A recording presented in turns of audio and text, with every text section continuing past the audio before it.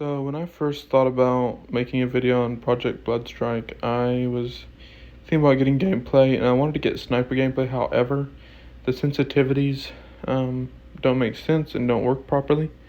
So that's something to consider if you're going to be playing it. I'm sure in the full launch they'll work right. It's something that betas tend to have problems with, is sensitivities. And for me, it was just the sniper scopes that I couldn't get to work right. I'm sure for most people, most things work fine. So I didn't get sniper gameplay, and then I was like, well, I'll go for a win. And I soon realized that, well, I shouldn't say soon, but after a while I realized that would be, in a way, disingenuous, because it is very hard to get a win in this game.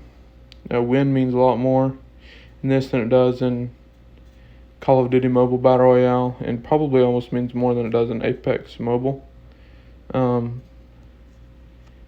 Just because of the number of real players and how sweaty the real players are. Now, to be fair, I probably wasn't on my server necessarily, which probably doesn't help, but people were playing very sweaty. They were playing good, and it was not, at times, not a fun experience.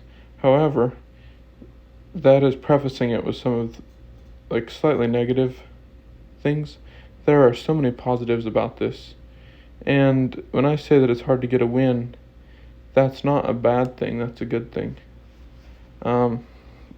Because there's people that put more time into this, and I should get matched with some players that are better than me. As I do good in the lobby, I should go against someone better in the next one. And that's what I found, is that the matchmaking was actually fairly good. I had good teammates, went against appropriate enemies, it felt like, and there was lots of real players. Now, I like the movement system to be a little more straightforward and a little less clunky, which I'm sure it will be if it actually releases. And the recoil was interesting. You can control it and just pull down, as the quote says, but that doesn't always work either. It sometimes feels a little bouncy, a little weird, hard to understand. However, if you have a certain gun, you get used to it, and you have a good red dot, you basically don't have to worry about missing shots if you have good aim. The recoil won't force you to miss shots, at least not in any gun that I used. Over a certain amount of range, obviously it will, but for expected range. And that's one thing I liked, is that the guns seemed to shoot where you aim them, and it felt more like Warzone, where you could actually do a long-range spray with an assault rifle, and you wouldn't just miss all your shots. Like long range. And whereas in Call of Duty Mobile with BSA, even though it isn't as big a problem as what sometimes it probably feels like it is, it does cause you to miss a fair amount of shots, and makes you not feel like going for long range gunfights. And the other thing is the buy system that I should probably talk about. You have 3 options of things to buy at any time, which is UAV, a car, and a loadout drop. Now, I'm not completely against this. I would prefer if there were zones, like circles on the map or something, where you could buy, and you didn't necessarily have to be at a buy station just to purchase those 3. And the other thing is actual buy stations, where you can buy self-revives, perks, certain guns, and stuff like that. You can't just buy anything. You can't buy your loadout. You can't buy loadout drop and stuff. The stuff that you can buy all the time. Now, with loadout drops, there are loadout drops that come occasionally and land, but they're fairly late game almost, and you probably won't have enough cash to purchase one by then anyways.